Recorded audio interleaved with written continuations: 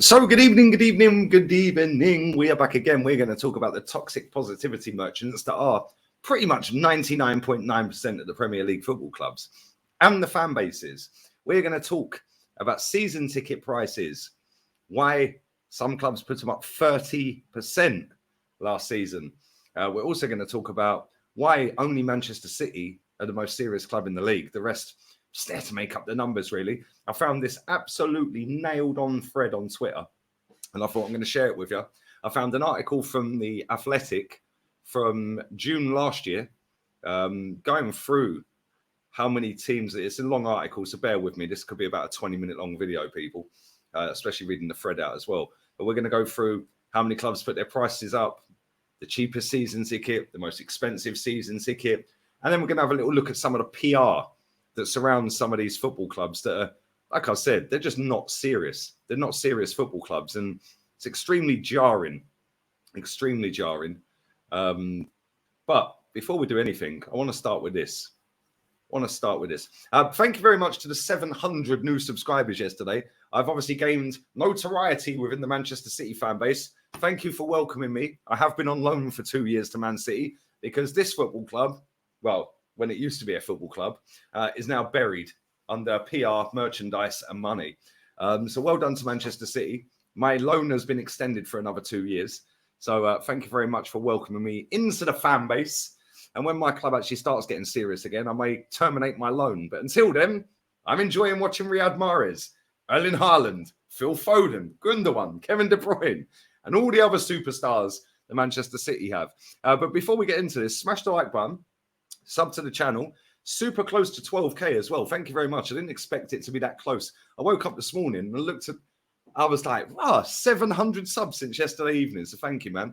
Appreciate it. But let's start with this tweet. I don't know if you can really see that, but it says Brentford's director Lee Dykes on Raya, the goalkeeper. We sat in front of David and said, if you go beyond us, then it's time for you to go.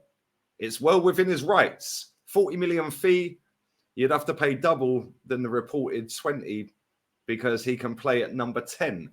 So maybe, just maybe he's gonna go into the team over Harry Kane or something. I don't know. But that there, if you go beyond us, so David Raya is like literally fingers crossed that he goes to Spurs. He's millimeters away from joining Tottenham. Bear in mind, Brentford finished one league position lower than Tottenham. And this is my problem with English football. If you go beyond us, that tells you all you need to know about Brentford Football Club. Since Brentford have been in the Premier League, they've earned over 100 million each season, just in TV revenue. Over 100 million in each season. So instead of spending that money so that David Raya doesn't go beyond them, they've decided, we'll take 40 mil. See ya, you can go Tottenham, mate, and we'll go and buy a cheap and cheerful goalkeeper, rinse and repeat. And this is the problem with these football clubs. And then people have got the audacity to call out teams like Madrid, like Barcelona back in the day, like Chelsea back in the day until recently, like Man City, like PSG, that actually spend and want to be successful. It drives me insane. Yeah, Brentford are one of the only two clubs in the league. There's two clubs in the league that have not got billionaire owners. Brentford, their owner's worth 30 million. They're going to get more than that for this goalkeeper. So fair play. They're in the Premier League. Their owner's not worth a fortune. Cool. In comparison, he is worth a lot more than all of us watching this probably. But in comparison to billionaires, he's poor. But this is where I get the ump. Yes, okay, Brentford are not as big as Arsenal. Brentford are not as big as Tottenham. Brentford are not as big as some of these other clubs. But the revenue stream from the Premier League TV money, job done. You're getting over 100 million. I said this so many times on videos. Arsenal to win the league would have earned us 3 million quid more than Man City winning the league. Where is the incentive for Stan and Josh Kroenke to spend another 150 million on top of what they necessarily would? Because let's be real, you are legally allowed to invest money into your football club. Obviously, it's capped, but you are legally allowed to do it under FFP rules. So where is the incentive for Josh and Stan Kroenke to invest an extra 100 million into my football club to make it go and get first place, a trophy, adulation, etc., when you're only going to get 3 million more than the team that won the league? There's no incentive. Here you go. There's another 150, but you're only going to get 3 back.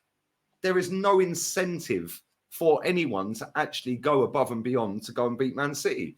But anyway, let's read this thread. G-Fred. English football's culture of toxic positivity and dishonesty has caused City's domination. Big up to Mike as well. This guy's a real one, by the way. Spits absolute facts about Man United because his club is just as buried, if not more, than mine.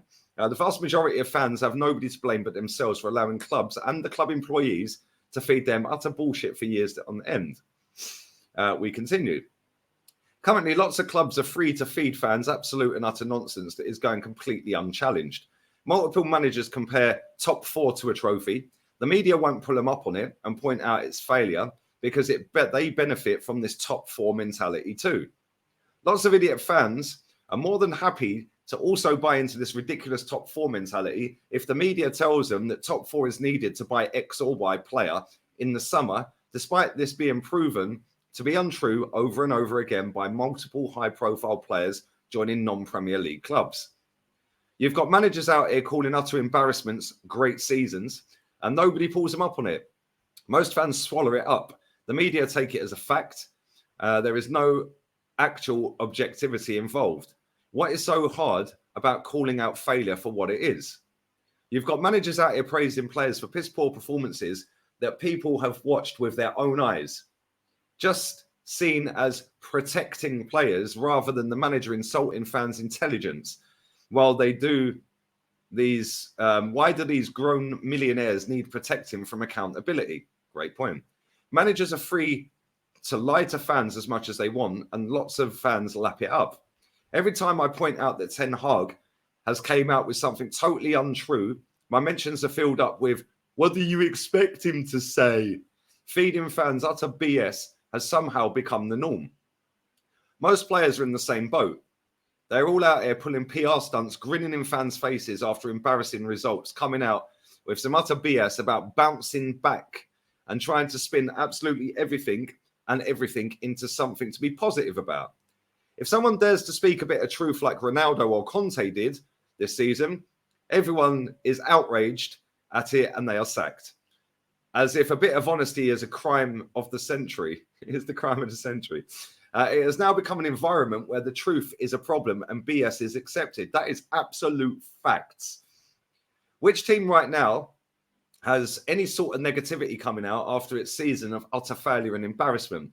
Look at all 19 other Premier League teams' social media accounts. Look at their managers' press conferences. All of them absolutely dripping in toxic positivity. Which club manager said, we had a terrible season and we'll be doing all we can to improve over the summer? Or come out and said, these players aren't good enough, so they will be replaced? Which club is showing any public sign of disappointment for their failure? Or absolutely anything along these lines? Where is the intent to improve? There is literally nothing but positivity effing everywhere. You would think every effing club in England had won the league the way they're all going on currently. Completely farcical. If you listen to every club and their employees, they've all had an effing great season and have some positive spin on it, despite the majority of them failing to win anything. Can't be the truth, though, can it? 20 teams out of 20 teams can't have all had a great season. That's just not how sport works. Fact. Meanwhile, every time any manager or player is being held slightly accountable by anybody, they cry about mental health or abuse. The whole effing thing, pathetic sympathy narrative has started. Look at the reaction to a player that has been relegated 5 times getting a few boos. He's talking about Harry Maguire, for those that don't know. England football currently wants to treat sport like some sort of big celebration where everyone is a winner and everyone has their own metrics to deem it to be a success, when in reality, just people unwilling to call failure out for what it is. Look at the fan culture on here. He's talking about Twitter, obviously. Anybody that's honest about any negative situation at their club is vilified by a bunch of brainwashed, toxic, positive, infested retards that think a football club is a cult. And being realistic about it means you're not a real fan. I get that all the time, by the way. You're a fake fan. I personally couldn't give an F about the abuse I get hurled at me. I thrive on this anyway. Keep booing. But obviously, not everyone sees it that way and would rather avoid the hassle. Lots of fans on here are currently avoiding honesty to accommodate their audience. Facts. Look at AFTV. Jumping around, making out, yay, Arsenal have had a better season than Man U, despite winning no trophies for the third straight season. Trying to jump around on camera the other day. Yeah, all having a party because Man City won something that we will never win. It's unbelievable. People buy into this rubbish. Over the years, I've had countless big accounts and employees of fan channels in my DMs telling me they agree with this and they won't say it themselves in public because they're trying to keep up an image to please certain parts of the fan base. Funny enough, I've had the same. Lying has become the norm. If you as a fan not only accept the utter nonsense your clubs are coming out with as an excuse for failure, but also help promote the culture of dishonesty in football, you have nobody else to blame but yourself when a serious club comes along and dominates. You deserve it. Why the F would any football club owners, players, managers bother their arse to improve enough to overtake City when they know their fans will just lap up whatever BS is fed to them as an excuse for failure? Where is the pressure to improve coming from? Absolute best thing I've ever heard online. Which club is under any pressure to overtake City next season? If City win the league again next season, other clubs will just spew out some toxic positivity again and bleat on about progress rather than signing a new squad to try and compete with them or any other drastic attempts to change. Look at Arsenal. They bottled an 8-point lead, 1-0, and all you see from Arsenal FC, every single angle is positivity. What motivation do they have to do any better when their fans accept a season being dressed up as positive? Look at Brighton. 128th season of failure in a row. Yet all we hear about from them is positivity. Look at every other English club that isn't City. They all have some positive angle being pushed. It's just not realistic, is it? Why is being honest about it so hard for some? Accountability shouldn't be seen as a problem within football. Honesty should be expected. A club employee being held accountable for their actions is not abused. Fans calling out their club's problem should be seen as a positive and not be vilified. If you are scared of speaking the truth because you want to be seen as the best fan for your club by lapping up its failures and pretending they are a good thing, you don't deserve to see the club be successful, and you're a massive part of why it isn't. Football clubs aren't cults. The Premier League has one winner. Everybody else lost. Until this culture of the other 19 clubs pretending losing is winning changes and some accountability comes in, that one winner continues to be Manchester City, and they deserve it. I hope this helps. Big up to most of the people in his comments as well, agreeing with it. Somebody said, I ain't reading it all, I'm happy for you. Sorry it happened. But it's true. Absolutely nail on the head. Yeah, and this is what winds me up with Arsenal. Non-stop PR. Woohoo! Wheel out Ian Wright with another retro kit and charge a fortune for it. Yeah, but people have run off down to the club shop. They'll order it online. The new Arsenal shirt is £100 if you want Bukayo Saka and number 7 on the back. £100. That is an absolute disgrace. Anyway, let's go to the next article. Smash the like button, people. Before we go on to this article from The Athletic, Erling Haaland. Well done, Erling. Well done. Elite mentality. Standing with the microphone in his hand, asking Thierry Henry, one of the best players, arguably the best player. My preference is Dennis Bergkamp, but I get Henry as well. Listen, I'm blessed that I see them both. That was proper Arsenal. When we had world-class players in our team that were doing nice, good seasons, competing. There was no wheeling out Ian Wright back then or wheeling out David O'Leary with a kit. There was no wheeling out Liam Brady with a kit. Yeah, 2009 Champions League semi-final Arsenal were in, by the way. Younger squad than we've got this season, but no youth project back then. But it is what it is. But well done to Erling Haaland. He asked Thierry Henry, after this guy's just picked up a Champions League, which is part of a treble, which is part of a three-peat, albeit it's his first season, but he's helped complete a three-peat and the treble, scored 50-odd goals this season, and asked Thierry Henry, where do you think I can improve? Unbelievably elite, yeah, which is why that guy will dominate for the next 10 to 15 years. Well done to him, man. He absolutely gets it. And you know what? That kind of mentality, is nearly finished in football. I'm so glad he said that, man. So glad he came out and said that. But anyway, let's move on to this. Ticket prices for 22-23. This was obviously June 19, 2022. I'm not going to read the whole thing, so it just goes on and on and on. But look at this. Fulham Football Club, most price increase. Fulham Football Club, 30%. They put their price up for the season, just gone. Cheers, guys. They're living good. Aston Villa, 10%. Why? Everton, 10%. Leeds, 10%. Wolves, 6 to 8%. Crystal Palace, 5%. Leicester, 5%. Man City, they're the only one you can say, okay, cool. They won the league last year and again this year. Nottingham Forest, 5%. West Ham, 5%. Oh, look, there's my club, 4%. 4%. And guess what? It's going up another 5 this season coming. Make it make sense, people. My football club has not won a trophy for 3 years in a row, and they've put the price up 2 years on the spin for nearly 10%. Unbelievable. But everyone's like a lemming. Anyway, let's continue. Chelsea obviously didn't put theirs up. Brighton, Bournemouth, Brentford, Newcastle. That was to be confirmed. Maybe they did. I don't know. But as this was written, cool. Premier League's most expensive adult ticket. Let me just grab my cigarettes. Bear with me, people. Smash the like button.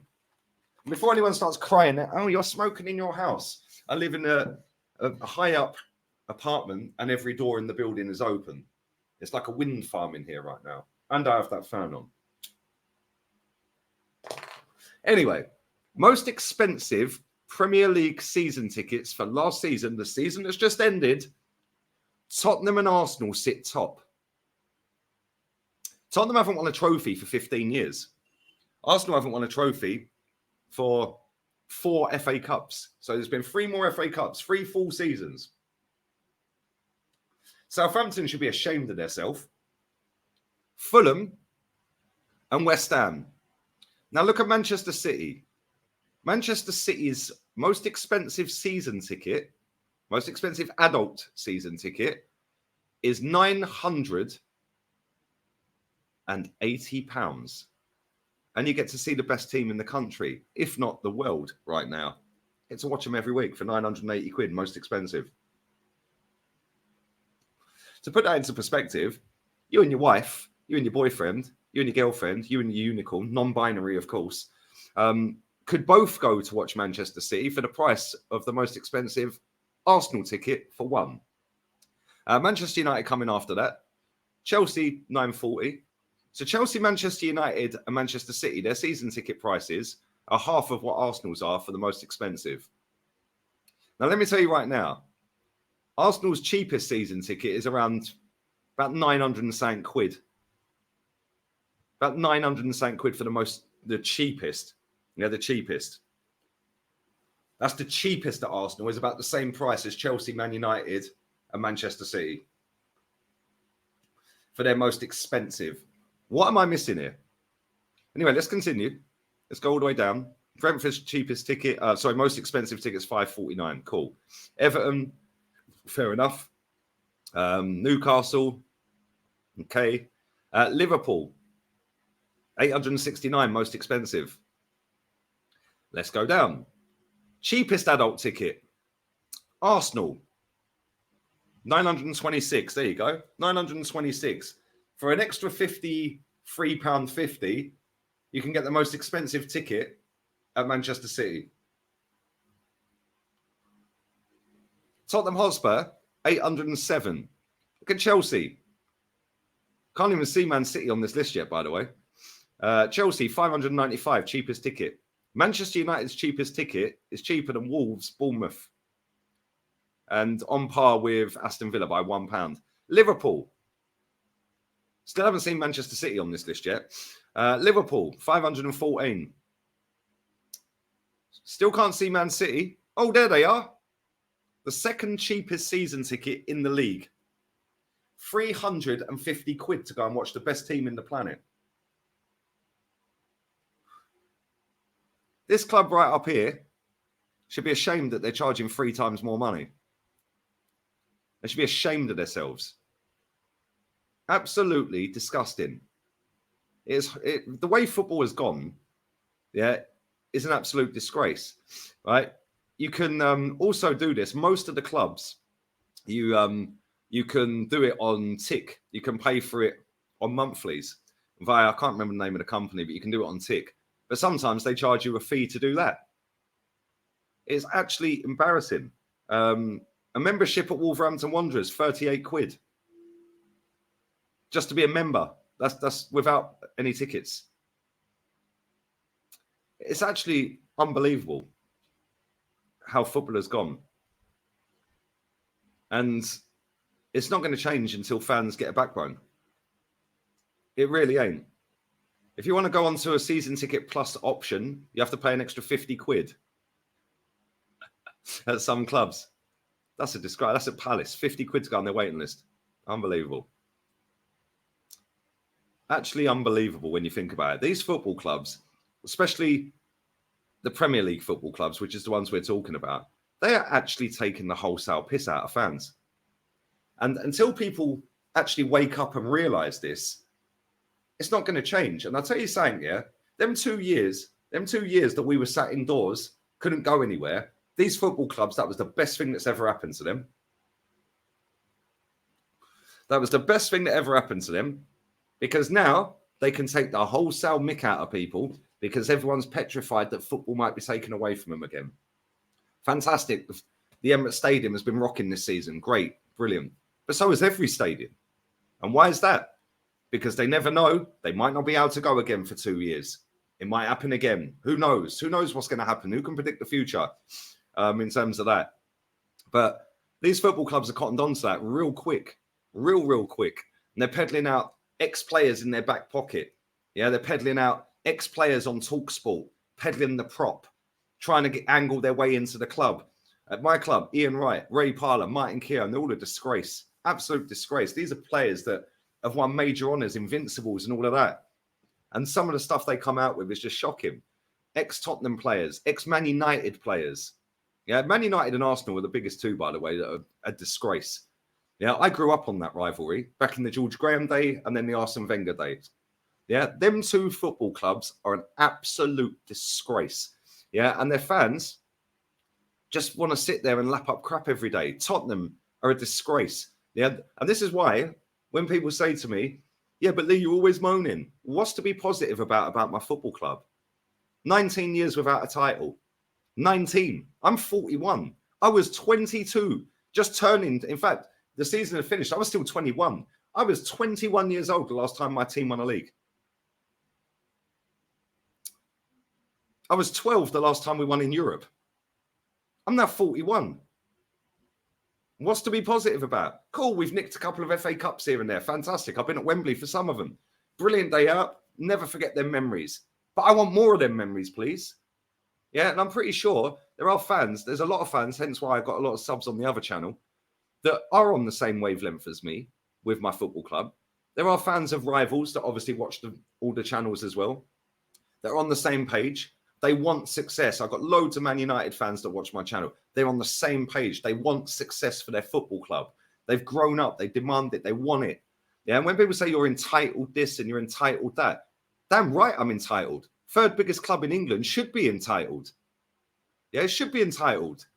Real Madrid, Barcelona, Atleti, their fans are entitled. And that leads me on seamlessly to fans abroad. There ain't none of this bigging up a top four race in Spain. I live in Spain. I see it. I watch it. I watch La Liga every single weekend. They don't hype up a top four race. You don't have ex-players coming out chatting rubbish. Steve McManaman is a Real Madrid legend. They worship him in Madrid. Absolute legend. The amount of times I have watched him on La Liga commentary, absolutely ripping that club apart. But when it's other clubs, English clubs, oh no, it has to be toxic positivity. In Italy, exactly the same. There ain't no top four race. Yeah, cool. Their fans might cheer that they're in the Champions League at the end of the season. But ultimately, it's about winning.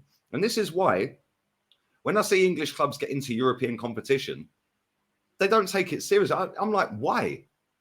I'm 2 hours from Sevilla. One of my friends lives in Sevilla. The party when they won that European trophy the other week, the Europa League, for the 7th time. 7th. They've won in Europe 5 times more than my football club, that competition alone. It's mad. When you see teams like Frankfurt, Villarreal, Teams that actually take these competitions seriously. Big up to West Ham, man. Big up to West Ham. They took that competition seriously. 3 years in a row, David Moyes has qualified them for Europe. 3 years in a row. And for a club the size of West Ham, that's a great achievement to win in Europe. They haven't won a trophy for 43 years. Now they have to kick on. And if they don't take the Europa League seriously next season, they'll go back down in my estimations. The game is about winning, not about taking part. If you want to take part, go and do it on FIFA or something. Do what you want. This is an elite level sport. And most of these football clubs don't treat it like that because they've got an army of fans that just lap up any old crap. And then the audacity to sit there and cry about a team that have an owner that wants to win, something that the other 19 owners don't want to do. They have a manager who wants to win, something that the other 19 managers don't really matter. Don't bother them, really. They'll have a go, but whatever, mate. You got players at Man City. I've never heard a single player at Manchester City ever come out and say, well, it was a good season. We finished second. However, on the flip side of that, I've heard Gabriel Jesus, who left Man City to come to Arsenal, at the end of the season, when we finished second, well, our target for the season was to win a trophy. We unfortunately didn't do that, but we've had a very good season. What? No wonder Pep binned you, mate. Yeah, Alexander Zinchenko, the worst left back in the league who can't defend. Yeah, but he's inverted. So are the fans. They're inverted. Yeah, it's absolutely scandalous. Yeah, we've had a good season. Ben White, good season. Ramsdale, great season. Rob Holding. You can't knock what we've achieved this season. Mate, you've achieved nothing. Armpits in the air, holding a trophy is success. A gold medal round your neck is success. Anything else is failure. Wake up, smell the coffee, and demand more from your football club. Yeah, next season, I'm telling you now, I'm going to be exactly the same on my other channel, the Arsenal-related channel. Yeah, I'm going to be even harsher this season coming because they better win something. Yeah, Man United fans, they obviously won the cup this season. Well done to them. They out at Wembley, they won the cup. I'm jealous of that. I'm jealous of West Ham winning a trophy. Jealous of Man City doing the treble. And all I see online is PR, smiles, happiness, and new kits. For example, Arsenal bought a third kit out. This is another gimmick, by the way, these kits. When I was growing up, you had one kit for 2 seasons. And on the second season of that kit, so the home kit had come out. On the second season, in that summer, the away kit, the new away kit. So it was constantly a kit every year, but the home kit was every 2, and that was every 2, and it was staggered. Now, it's 3 kits a season. Then it's all the merch. Then it's all this. Oh, yeah, but, you can get better players with more money. My club are linked to Timothy Castagne. What is going on here? And this is how they've systematically broken everyone down. And these football clubs are masters of it. They hire PR people. They get PR everywhere. The players are told pretty much what to say. You get the ex-players in the back pocket. And they've realized very quickly, these football clubs, get the journalists in the back pocket. Get the fan channels in the back pocket. AFTV are a shambles. Absolute disgrace of a channel. And I used to go on that when it was actually a channel for saying the truth. Yeah, it's absolutely shambolic how these football clubs are. And the only club in England that isn't like that is the one that wins every year. Yeah, Real Madrid have won 6 trophies in 2 seasons. They're ripping up their whole squad. Their manager should have been sacked. Their fans want him sacked. Don Carlito Ancelotti. He should have been sacked. They want him out. But Florentino Perez has come out and said, we're sorry, we're going to have a big summer. Yeah, Ancelotti's coming out saying, I need this player, I need that player, I need players in this position, that position. And we're going to be more competitive next season. Levels. 6 trophies in 2 seasons. Champions League and La Liga in that, by the way. Won 5 in 1 season, his first season back there. Levels. Yeah, PSG just sacked their manager. He's just won the league. They're ripping their squad up and they're starting again. There's only a few clubs on the planet that actually get the aim of this sport. Yeah, the rest of them are there just to make up the money. Yeah, to get their owners rich. And then you've got fans all over the internet saying, oh, well, I don't want to pay 90 million for Declan Rice. It's too much money. Why are you trying to save the owner money? Then at the end of the season, if we didn't sign Declan Rice and we went and bought a cheap and cheerful option, that's a little bit worse as a player, there'd be, oh, Man City are ruining football again. Chelsea are ruining football. Oh, the transfers, this. And shut up. demand the money spent. All these football clubs have got an absolute fortune in money and revenue coming in. Yeah, how about they spend it? Because they want you to keep spending on new kits and raising the season ticket prices every year. Demand more from your football club. I am sick and tired of these fans, not just Arsenal fans, but fans in general, lowering standards. You've got all these players running around in irrelevant games that mean nothing, doing up celebration. What does that even mean? That fellow who's doing that, by the way, has got more books than trophies. Yeah, he's a disgrace. Plays for Man United. Doing book signings. Shambles. You got Harry Maguire posting his own stats on his Instagram. What's going on with football, man? Every time there's an irrelevant game and somebody scores an equalising goal, instead of getting the ball out the net and running back to the halfway line to try and win the game, yeah, they're running around giving it all of that. And like all of that, I'm not saying don't celebrate, but all of that is just so they can get the photo to put it on their Instagram. Garnacho, for example. That guy's got about 7-8 million followers on Insta. Why? What's he achieved in football to get so many people following him? Unbelievable. It's actually unbelievable. Yeah, but I'm telling you now, I will single-handedly keep going and going and going and going and raising the standards, not just for my club, for a lot of clubs. And if people want to jump on board, cool. There's a lot of people out there that do have the same thought process. The game is about glory. It is about winning. It is all about lifting trophies. I'm 41. Started supporting my club when I was 6. 35 years. I've seen my club, I ain't counting Community Shields, that's a glorified soccer aid.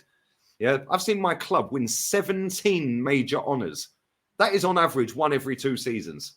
Why the hell should I drop my standards? Yeah, that is the standards that I've grown up watching my football club on. Why the hell should that drop? Yeah, get out the bin. Get your standards off the floor, people, whether you support Tottenham, Man United, Liverpool, or whoever else. Get your standards off the floor and demand success from your football club.